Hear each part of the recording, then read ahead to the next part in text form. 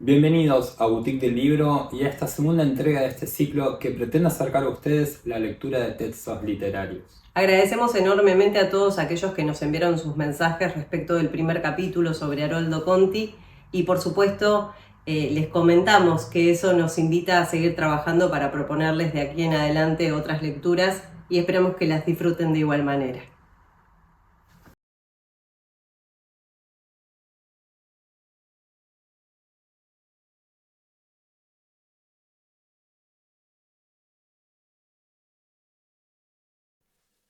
Somos balbuceos, nombres, canciones de cuna, anécdotas, chistes.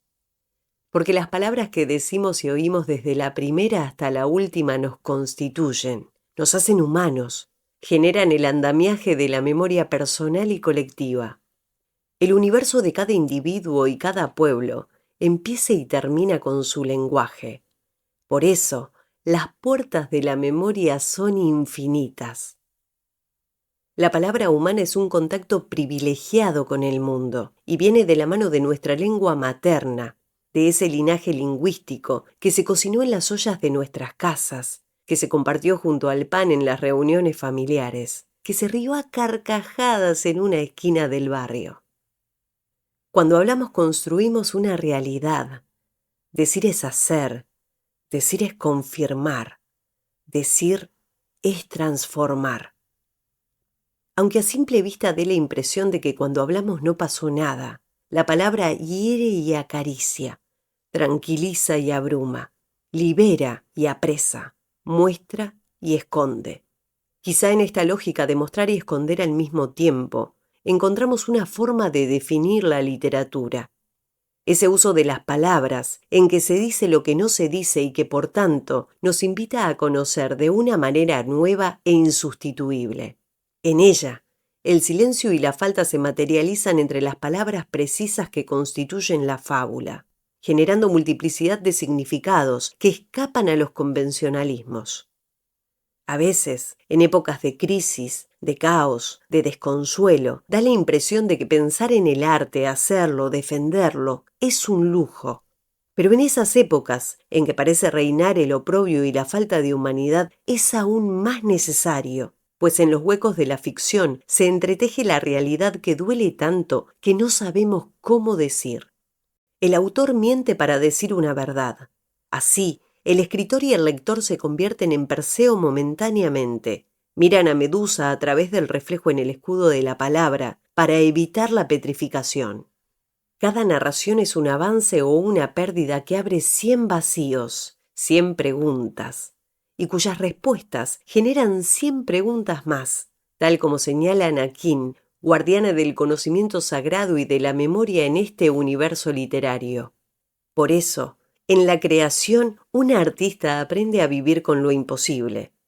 Debido a que en la palabra suelen replicarse los debates y enfrentamientos de las sociedades que la enuncian, lo que elijo me posiciona respecto del mundo, y aquí no hay lugar para la indiferencia ni la evasión. No es casual que esta saga comience con la muerte, engendrando a Misáyanes en su boca. Por todo esto, recuperamos el imperativo de Liliana profesora, escritora o simplemente Liliana, porque la palabra nos atraviesa mucho antes de los oficios y las profesiones. Si alguna vez nos toca quedarnos sin palabras, que sea porque estamos maravillados y no porque estamos vacíos. Yo llegué por dos cosas. Llegué por amor y llegué también por enfado. Digo, por amor, porque leí apasionadamente a Tolkien. Si yo no hubiese leído El Señor de los Anillos, pongo las manos al fuego, no hubiese escrito tampoco la saga de los confines. Me apasioné con el relato épico, me apasioné con el espacio y con la construcción ficcional, con la utopía y con la ucronía, que presupone un relato épico y fantástico, y lo leí, lo releí, pero también me enojé con lo ideológico de la propuesta de Tolkien. Pero un buen enojo, porque en todo caso me llegó a escribir. Me enojé con su cosmovisión, me enojé con estas homologaciones que él hace de las virtudes morales e intelectuales con unas determinadas características raciales. Me enojé porque el bien estaba en el norte y el mal en el sur, y los malos se parecían mucho a nosotros. Entonces dije, ay, qué bien, qué bueno sería que alguien escriba un relato épico y fantástico desde otra visión, desde otra posición ideológica. Y bueno, desde esta mezcla de amor y rabia, surgió en realidad el trabajo primero de bibliográfico, de rastreo bibliográfico y de pretender conocer, al menos en parte, lo que fue la historia de las culturas originarias de América y la consecuente, digamos, conquista y desaparición y exterminio. Y bueno, y a partir de eso entonces y de ese montaje realista, si vos querés, bueno, empezar a trabajar con una cosmovisión fantástica.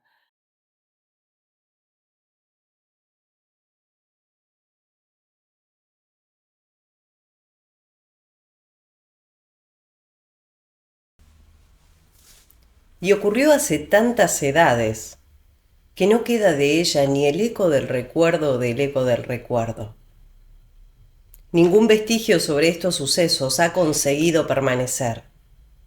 Y aun cuando pudieran adentrarse en cuevas sepultadas bajo nuevas civilizaciones, nada encontrarían.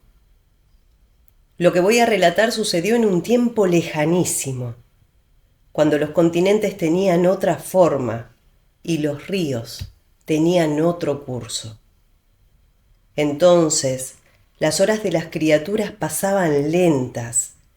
Los brujos de la tierra recorrían las montañas maduinas buscando hierbas salutíferas. Y todavía resultaba sencillo ver a los lulus, en las largas noches de las islas del sur, bailando alrededor de sus colas. He venido a dejar memoria de una grande y terrible batalla. ¿Acaso una de las más grandes y terribles que se libraron contra las fuerzas del odio eterno? Y fue cuando una edad terminaba y otra, funesta, se extendía hasta los últimos refugios. El odio eterno rondaba fuera de los límites de la realidad, buscando una forma, una sustancia tangible que le permitiera existir en el mundo de las criaturas. Andaba al acecho de una herida por donde introducirse, pero ninguna imperfección de las criaturas era grieta suficiente para darle paso. Sin embargo, como en las eternidades todo sucede, hubo una desobediencia que fue herida, imperfección y grieta suficiente. Todo comenzó cuando la muerte, desobedeciendo el mandato de no engendrar jamás otros seres, hizo una criatura de su propia sustancia, y fue su hijo, y lo amó. En ese vástago feroz, nacido contra las grandes leyes, el odio eterno encontró voz y sombra en este mundo.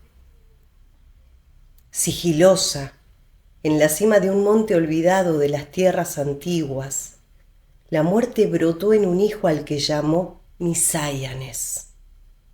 Primero fue una emanación que su madre incubó entre los dientes. Después fue un latido viscoso. Después graznó y aulló. Después rió y hasta la propia muerte tuvo miedo. Después se emplumó para volar contra la luz. Los vasallos de Misáyanes fueron innumerables. Seres de todas las especies se doblegaron ante su solo aliento y acataron su voz. Pero también seres de todas las especies lo combatieron. Así, la guerra se arrastró hasta cada bosque, cada río y cada aldea. Cuando las fuerzas de Misáyanes atravesaron el mar que las separaba de las tierras fértiles, la magia y las criaturas se unieron para enfrentarlas. Estos son los hechos que ahora narraré en lenguas humanas detalladamente.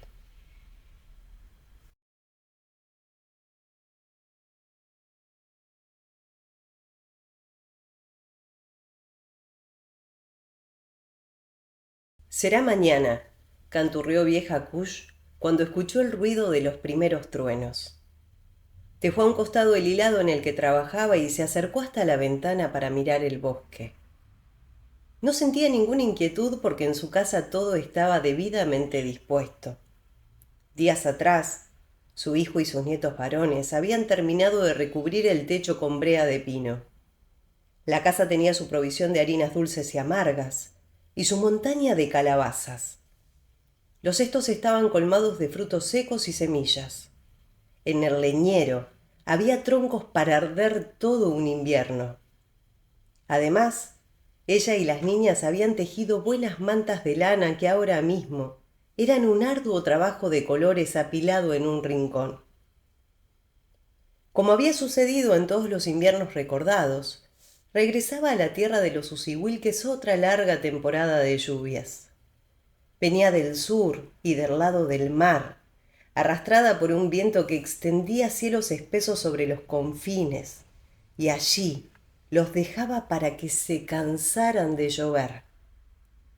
La temporada comenzaba con lloviznas espaciadas, que los pájaros miraban caer desde la boca del nido, las liebres desde la entrada de sus madrigueras, y la gente de los confines desde sus casas de techo bajo. Para cuando las aguas se descargaban, ningún ser viviente estaba fuera de su refugio. La guarida del puma, las raposeras, los nidos de los árboles y los de la cima de las montañas, las cuevas subterráneas, las rendijas del cubil, las gusaneras, las casas de los Usihuilques. Todo había sido debidamente protegido según una herencia de saberes que enseñaba a aprovechar los bienes del bosque y los del mar.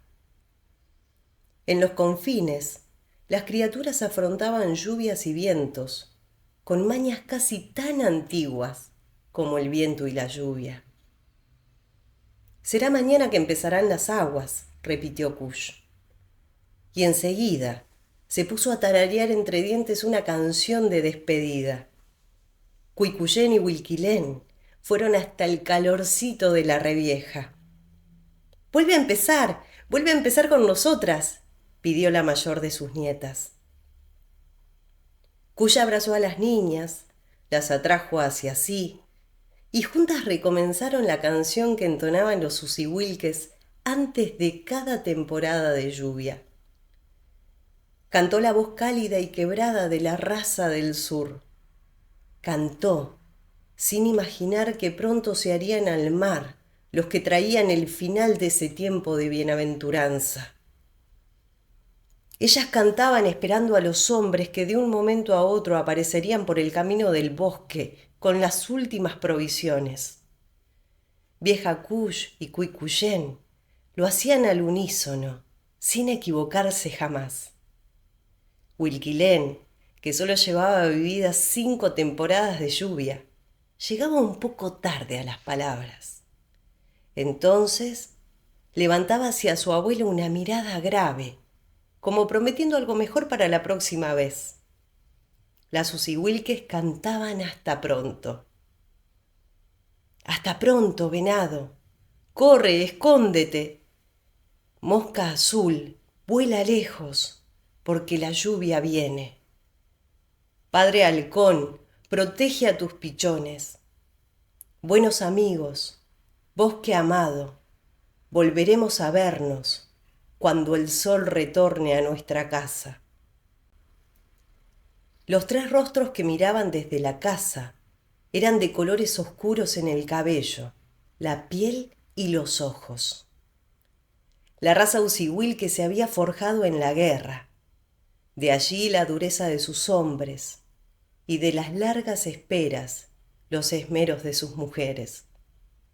Los corales del mar enhebrados en las trenzas, engarzados en brazaletes y collares, o ceñidos a la frente, eran el único bien que realzaba las vestiduras de las mujeres Usihuilques.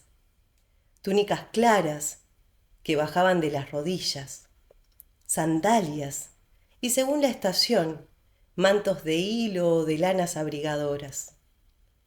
Así lucían ahora la abuela y sus dos nietas, generosas en la belleza de su raza.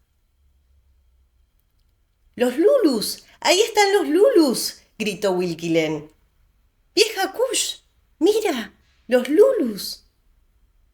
¿A dónde los ves tú, Wilkilén? Preguntó su abuela. Allí, allí, y señalaba con precisión un gran nogal que crecía a mitad de camino, entre la casa y el bosque. Kush miró.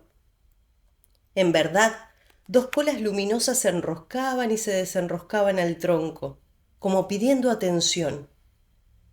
Una era de color rojo y la otra era apenas amarilla. El color indicaba el tiempo de vida de los Lulus, más viejos, mientras más blanca la luz de sus colas. La anciana Usihuilque no se sorprendió.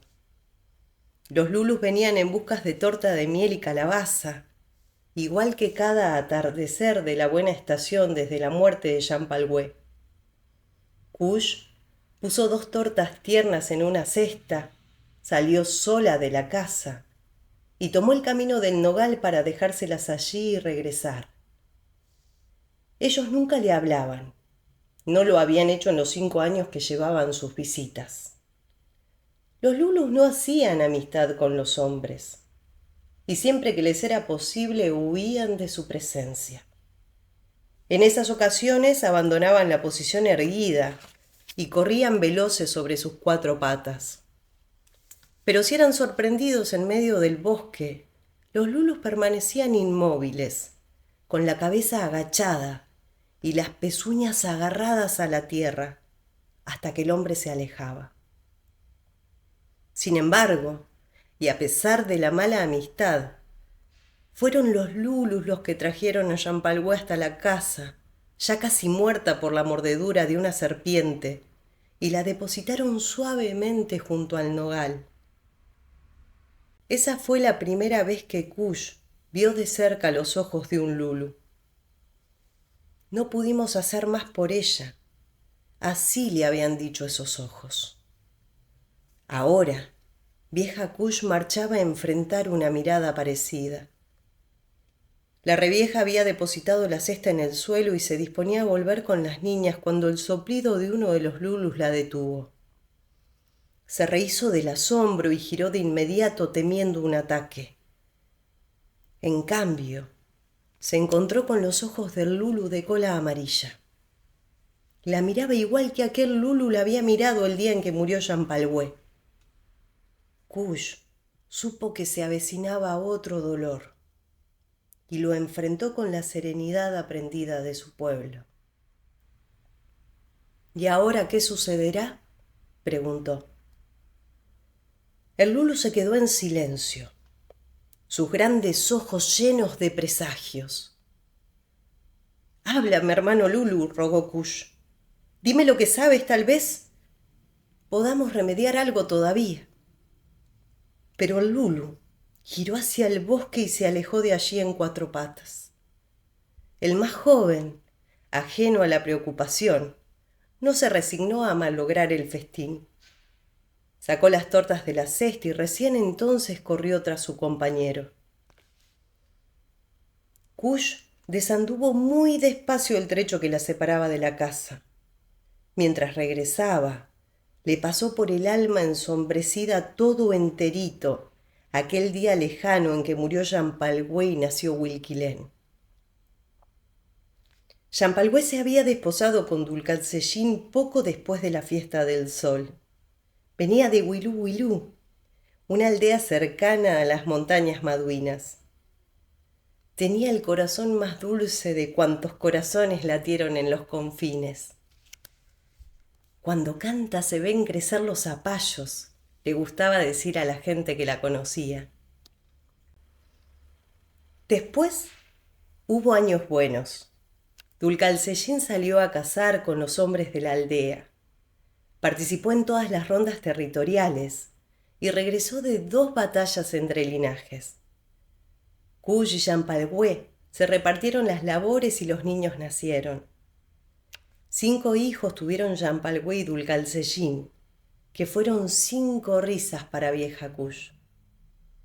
Primero nacieron 2 varones, Tungur y Kume. Muy pronto nació Cuicuyén. Luego Piuquemán, el tercer varón. Y en el medio de un verano nació Huilquilén. Ahora le gustaba a Kush mirarlos despaciosamente, uno por uno, porque de una manera o de otra, todos le recordaban la belleza y la gracia de Champalhué. El día del nacimiento de Huilquilén, Champalhué dejó a los niños al cuidado de la abuela y partió hacia el lago de las mariposas. La joven iba a sumergirse en las aguas que devolvían a las madres recientes el vigor del cuerpo y la serenidad del ánimo. De allí la trajeron los lulus, con el poco de vida que le duró para besar a sus hijos y pedirle a Kush que los cuidara por ella. Y un rato más, para esperar el regreso de Dulcancellín, que había salido de casa para celebrar el nuevo nacimiento. En la boca de una cueva, a orillas del lago, una serpiente gris de las que hacía años no se veían por el lugar mordió a Champalhué en un tobillo. La madre había estado cortando unas flores que tenía entre sus manos cuando los lulus la hallaron. Flores que no nacieron de semilla. Trampas de la serpiente, masculló Cupuca. El brujo de la tierra intentó recobrarla para la vida con las medicinas del bosque y de la montaña. Pero ni los remedios de Cupuca, ni la juventud de Champalhué, ni siquiera el ruego de un hombre que nunca antes había rogado, nada consiguió salvarla. Murió ese mismo día, mientras atardecía en los confines. Fue por eso que Kush había pedido a los lulus que vinieran por un obsequio cada atardecer en que fuera posible andar a la intemperie por esas tierras. Así, nosotros vamos a agradecerles y ustedes van a recordarla, les dijo la anciana. Los lulus partieron. Cupuca partió. Dulcancellín disparó sus flechas a las estrellas y al amparo de Kush, los niños siguieron creciendo. La anciana oyó risas lejanas. Cuicuyén y Huilquilén estaban riéndose de ella, que de tanto recordar se había quedado absurdamente inmóvil, un paso antes de la puerta y con un brazo extendido. Ya está bien, hay que seguir trabajando. Kush entró a la casa fingiendo un enojo que nadie le creyó. Vieja Kush, ¿qué pasó con los lulus?, preguntó Cuicuyén. Herencia de su madre, la facultad de ver profundo. ¿Qué podría haber pasado? Contestando así, Kush quería convencerse a sí misma. Nada. Nada. Huilquilén habló a su manera. ¿De que te cantaron la canción linda, abuela Kush? ¿De los lulus? Que yo también sé cantar. Trataba de soplar como ellos y daba saltos cortitos sobre un pie y sobre otro. La pequeña Huilquilén había heredado de su madre el don de la alegría. Antes de que la abuela pudiera dar la orden de regresar al hilado, llegaron hasta la casa voces familiares. Dulcancellín y sus hijos varones regresaban del bosque. Traían algo más de leña, hierbas aromáticas para quemar en las largas noches de contar historias, y una liebre, la última de la temporada, que comerían apenas Kush la cocinara. Los hombres no fueron directamente a la casa. Antes guardaron la leña nueva junto con la restante, cuidando de separarla por tamaño. Enseguida se dirigieron hasta una construcción de pared baja y circular levantada con piedras de las Maduinas. Aquel era el lugar donde lavar sus cuerpos y frotar un aceite liviano sobre los rasguños que traían del bosque. El primero en entrar fue Dulcancellín. Detrás de él lo hicieron sus 3 hijos. Afuera la noche se cerró. Los grandes árboles hincaron sus raíces en la tierra. El viento llegó arrastrando una bandada de cuervos y se metió en lo oscuro. Sobre un cuero extendido humeaba la liebre cocida en agua sazonada. liebre con hierbas de sazón, pan de maíz y hojas de repollo eran la comida de aquel día para la familia del guerrero. A la luz del fuego, los 7 rostros parecían de sueño. Los usihuilques comieron en silencio, y sólo después de que todos hubieran terminado, Dulcancellín habló. Hoy, en el bosque, oímos el tambor de Cupuca llamando a alguno de sus hermanos, y también oímos la respuesta que le enviaron. No pude entender lo que decían, pero los tambores de los brujos sonaban muy extraños. El nombre de Cupuca siempre interesaba a los mayores y silenciaba a los más pequeños. ¿De dónde venía el sonido?, preguntó Cuya a su hijo. El tambor de Cupuca venía desde el volcán. El otro se oía más débil, tal vez venía de las islas de los Lulus, terminó Kush. ¿También ustedes lo oyeron? La pregunta de Dulcancellín se quedó sin respuesta porque vieja Kush había regresado a la mirada del Lulu de cola amarilla. —Kush —llamó su hijo—, te estoy preguntando si también aquí lo oyeron. La anciana salió de sus sombras y pidió disculpas. Sin embargo, no quiso contarle a Dulcancellín el incidente de esa tarde. No oímos nada, dijo, y enseguida agregó. Me gusta adivinar cosas. Mañana veremos a Cupuca en el Valle de los Antepasados. Hablaré con él. Con estas palabras, Dulcancellín dio por terminada la conversación. Cada año, justo antes de que empezaran las lluvias, los usihuilques se reunían en el Valle de los Antepasados para despedirse de los vivos y de los muertos. Era fiesta de comer, bailar y cantar, pero sobre todo de intercambiar aquello que tenían en exceso por aquello que les faltaba para resistir la mala temporada. Día de compensar abundancias con escaseces, de modo que todos tuvieran lo imprescindible.